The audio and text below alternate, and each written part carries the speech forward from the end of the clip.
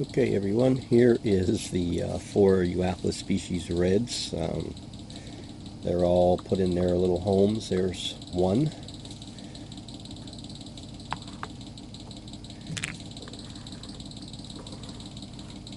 Two.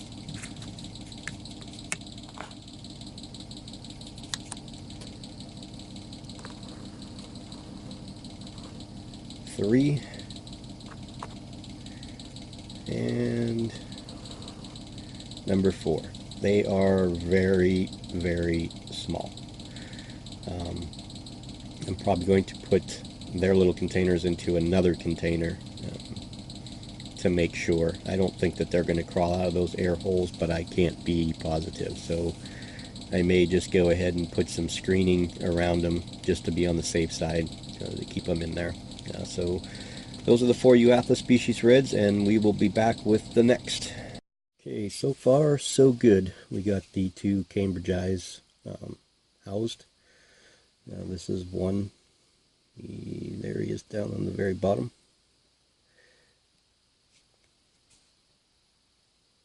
And number 2. You can see it right there. I put them in, these are from work. We had a job where we had to do a bunch of electrical splicing, butt splices, and that's what these are the containers that they came in. So they were going to throw them away, so I took them home. What's nice about these, I will show you. I haven't used these yet. This is the first time I'm using them. Is top pops open, and I could just throw a feeder down in there. I don't have to unscrew anything. I don't have to pop a top off, peel it off, open it up, put the feeder in. I don't have to worry about the little guys taking off on me. So, yep, there we go, the 2 Cambridge eyes, and we have a bunch more to go, so stay tuned. Hey everyone, we're back with, we got the Reduncus, the Salmopaeus reduncus rehoused right here. Gorgeous spiders these are. This one went in pretty easy. Didn't have to fuss or fight with it at all. And next to it is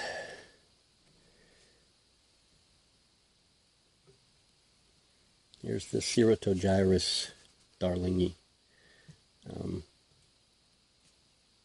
It's smaller than I thought, so what I had set up for it is, oh, it can't focus, is much too big. It probably would have tried to wiggle out of the air hole, so we're going to set up a different house for it, something a little smaller. I know these grow pretty quick, so I can imagine in 6 months it'll be ready for that house. So we'll give it a smaller home for now and see how it does. Okay, we still have more to go. Okay, we're back. We got them all rehoused. Took me a little while to get everything situated. I had to make some new homes for a couple of them because they were smaller. I think my eyes are bigger than, well, they always say bigger than your stomach, but I think my eyes are bigger than the tarantulas. When I see 1.5 inches, I always think they're bigger than what they really are. But anyway, this is what I did for the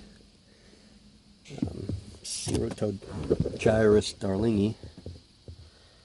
See, it's just, I just made dirt.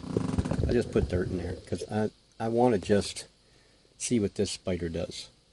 I want to see it dig. I want to see it web. I want to see it make its own thing. It doesn't have a water dish yet because I want to see where it actually decides to make its home. You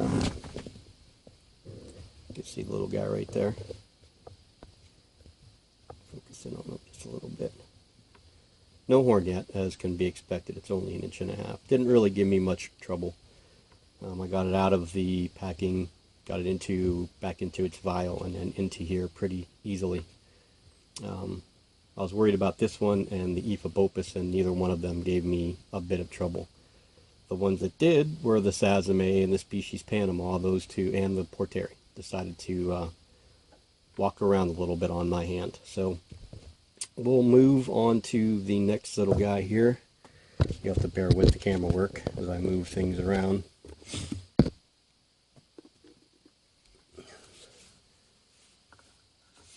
This is the temporary container. Let's zoom you back in. Temporary container for the species Panama. I'm going to do something different for this one. So right now it's pretty much just in the dirt.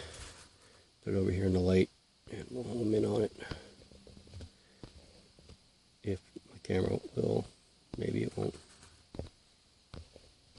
It's being fussy today. There's the little one there. It hasn't started its adult coloring yet, but boy, they get pretty when they do. Reddish, blackish. You can already see some of the red where it's going to be. So this one will probably be a crowd favorite. Probably be a popular one on the channel. Hoping that it makes it through okay. These will all probably get fed in the next day or two. I might feed the Reduncus tonight.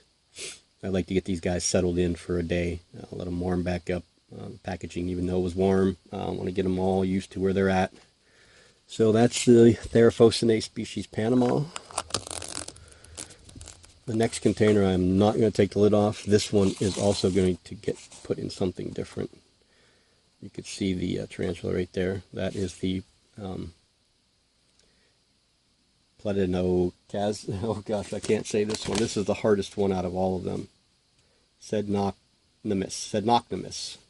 I hope I'm saying that right. Sednocnemis, Brachyramosa, the Malaysian blue femur. It's an old world Asian. As I was talking before, I wasn't really big into the Asians with the. I just have the pokies and the. I have the Huahini, and then the Orphanaceus species Paname. Oh yeah, God, oh man, I can't talk today at all. The Panay blue and the Orphanaceus philippinus. So this one kind of molds that long olive type abdomen, long and skinny. From what I understand, they'll dig and they'll live most of their life underground. So I want to give this. I didn't have time really to get the a bigger thing. I have some things I'm going to take to work with me tonight, and if I have time, I'm going to go ahead and get some holes in them. They're baseball cubes. I want to put this one in that, and maybe the Theraphocenae species Panama. It'd be nice crystal clear acrylic containers. Okay, so this one I am not going to take the lid off because it's still crawling around, and I don't want it to scoot. Probably one of the quickest little dudes that I have. Again, this one didn't really give me much fight getting in there. This is the Ephebopus cyanognathus, the blue fang. I'm keeping it real, folks. I'm not going to edit any of this stuff. You can laugh at me. We'll have fun together. And my little verbation slip-ups. See if I can get a shot from the other side. If it'll work for us. Probably not. That's going to focus on the dirt on the side of the enclosure. This one we'll put into a feeding video real soon. I want to let it burrow. I did make it a starter burrow. For now, this is the container. I have 4 of these deli cups that I'm using. I got these at Dollar Tree. I had belly cups, but I got these with the green tops to help keep some of the light out. This is the Pteranopelma sazame. Again, this one is going to be temporary. I don't like the enclosure itself for this one. This one may also get a baseball cube type of enclosure because I think it's going to be in there for a little while anyway. These ones will dig a little bit, but they're more of a hide type of tarantula, more of a terrestrial, stay above ground.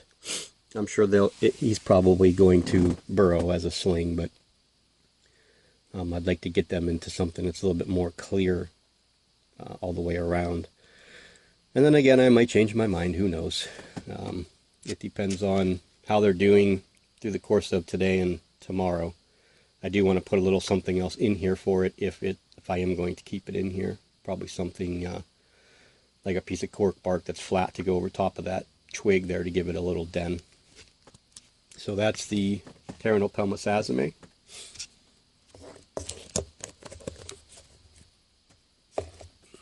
And the next one is the Plesiopelma species Bolivia.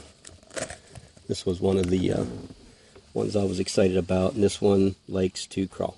This one walked all over me today, and every time I wanted to go down it didn't want to. And you'll see it'll probably try to crawl out. Let's get as it's trying to crawl out right now. And there we go, back on my hands. So I'm going to pause you guys to get it back in. Okay, we're back in. I could see where this one and me are going to have a nice little relationship.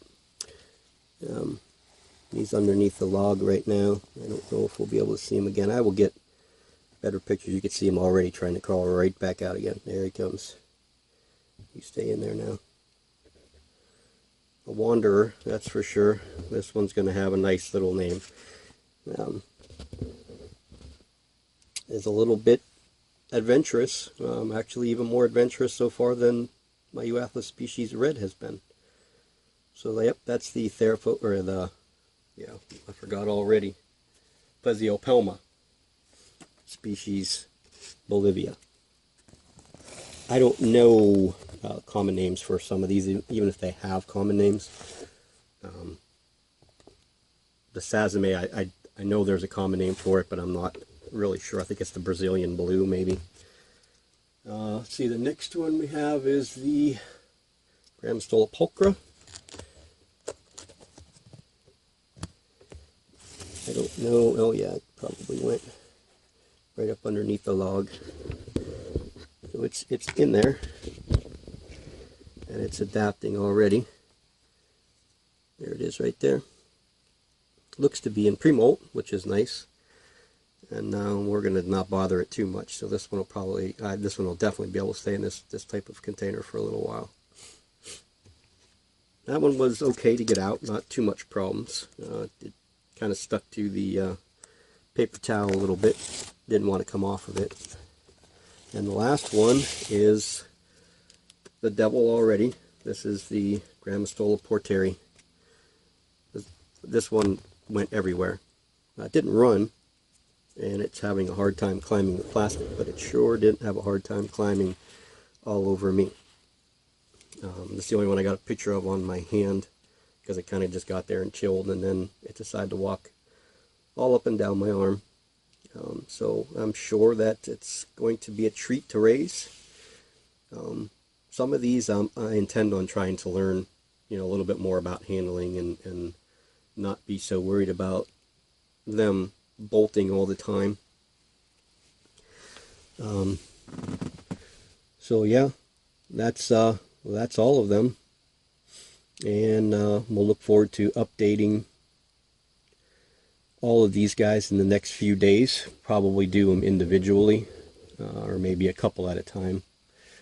Definitely the Malaysian blue is definitely going to get a rehousing. I don't want it to start to develop a burrow too quick and then have to dig it up and put it in something else. So that'll probably be done tonight. So yep, thanks for watching, and again, fear not tarantulas. Look them up. You won't be disappointed.